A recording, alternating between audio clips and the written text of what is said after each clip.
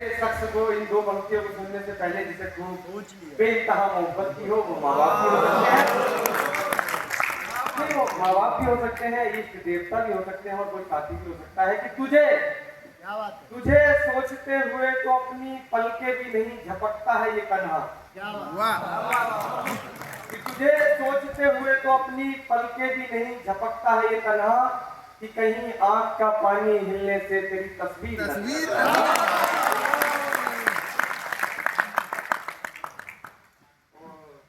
मैंने माँ से कहा, माँ खाना आज कुछ फीका लग रहा है।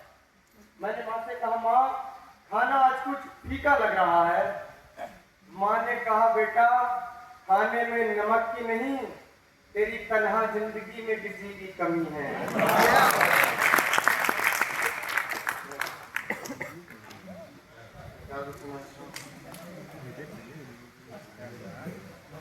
कविता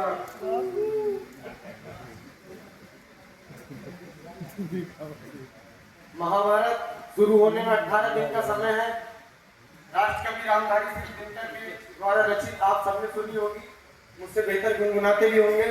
मैं एक छोटा सा प्रयास करता हूँ। जो रश्मि रथी में कृष्ण की चेतावनी नाम से एक सर्ग आता है, तो उसी का संवाद है कि पांडव अपनी वनवास को पूरा करने के बाद 5 गांव लेने के लिए आते हैं और उनका प्रतिनिधित्व करते हुए भगवान श्री कृष्ण दरबार में जाते हैं और दुर्योधन सत्ता के नशे में चूर, जुए में अपने आप को डुबोए हुए कहना नहीं मानता, कहता है कि तुम्हें सुई की नोक बराबर की जमीन चाहिए तो युद्ध कीजिए। तो उसी पे ये संवाद है लिखा हुआ, कृष्ण की चेतावनी। बरसों तक वन में घूम घूम बाधा विघ्नों को चूम चूम से धूप धाम पानी पत्थर पांडा वाय को चोर निखर सौभाग्य न सब दिन सोता है देखे आगे क्या होता है। मैत्री की राह बताने को सबको सुमार्ग पर लाने को दुर्योधन को समझाने को भगवान हस्तिनापुर आए, पांडव का संदेशा लाए। दो अगर न्याय तो आधा दो, पर यदि इसमें भी बाधा हो तो दे दो केवल 5 ग्राम, रखो अपनी धरती तमाम हम वहीं खुशी से खाएंगे, परिजन पर असीना उठाएंगे।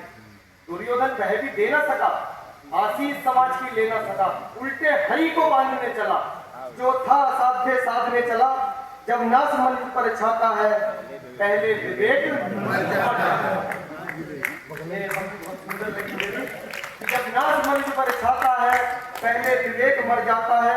हरि ने भीषण हुंकार किया, अपना स्वरूप विकराल किया, डगमग डगमग दिग्गज डोले, भगवान कुपित होकर बोले जंजीर बढ़ाकर साध मुझे।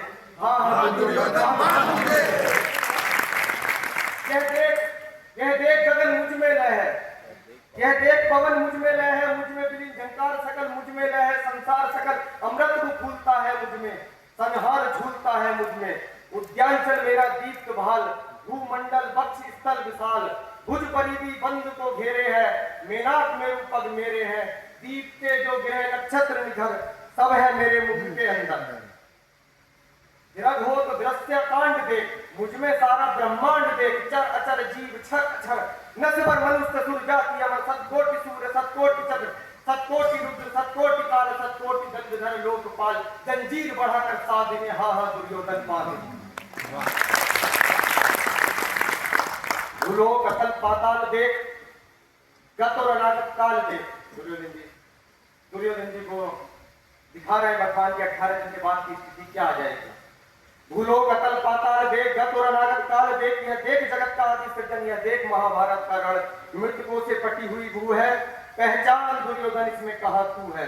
अंबर में कुंतल जाल देख, पत्ते नीचे पाताल देख, मुट्ठी में मेरी तीनों काल देख, मेरा स्वरूप विकराल देख, सब जन्म मुझी से पाते हैं फिर लौट मुझी में आते हैं।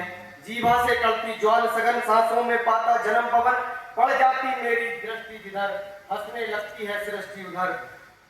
मैं जब भी मूंझता हूँ लोचन, छा जाता चारों ओर मारा, बांधने तू मुझे आया है, जंजीर बड़ी क्या लाया है।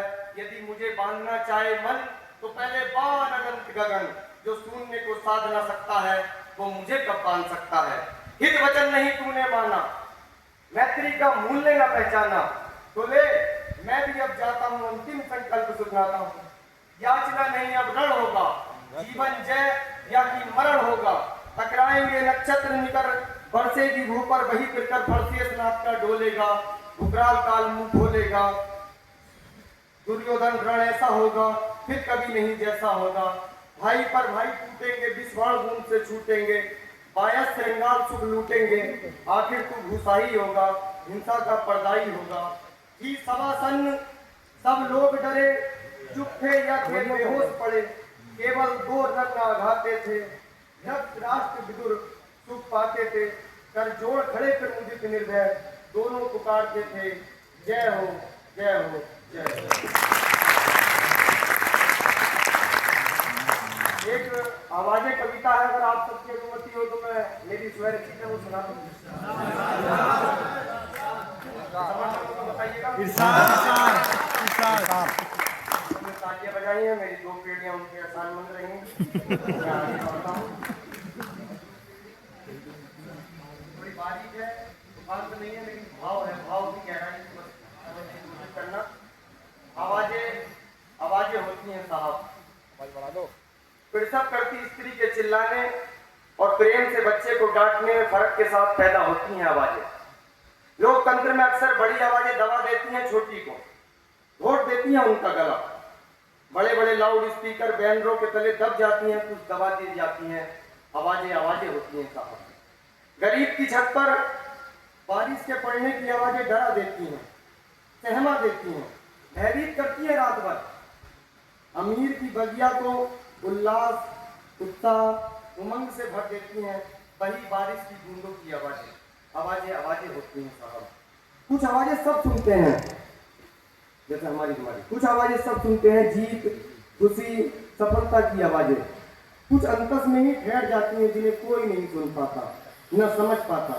उन आवाजों के अंदर ही दबने से चेहरे के भाव में आया मध्यम आवाजें होती हैं साहब। और अन्याय होता है कुछ आवाजों के साथ। न्याय की आवाज अन्याय वाले दबा देते हैं। प्रेम की आवाजें समय अंतराल के बाद झगड़े की विध्वंस आवाजों में बदल जाती हैं। चुप कराने वाली आवाजें ज्यादा हैं, इसलिए बोल नहीं पाती कुछ आवाजें, जिंदगी भर आवाजें होती हैं साहब। और ये समाज पर एक व्यंग किया है अंतिम पंक्ति में। इन्हें कहने के लिए साहस की जरूरत है और आप सबका समर्थन मुझे प्राप्त है, इसलिए पंक्ति को सुनाना चाहता हूँ। आवाज होने के बाद आवाज न दे सकता कोई शूद्र किसी ठाकुर को।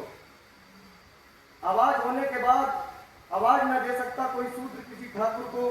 हमसे अनंत गुना अच्छे हैं जानवर, दे लेते हैं आवाजें जब चाहे, जिसे चाहे, जहां चाहे। आवाजें होती हैं।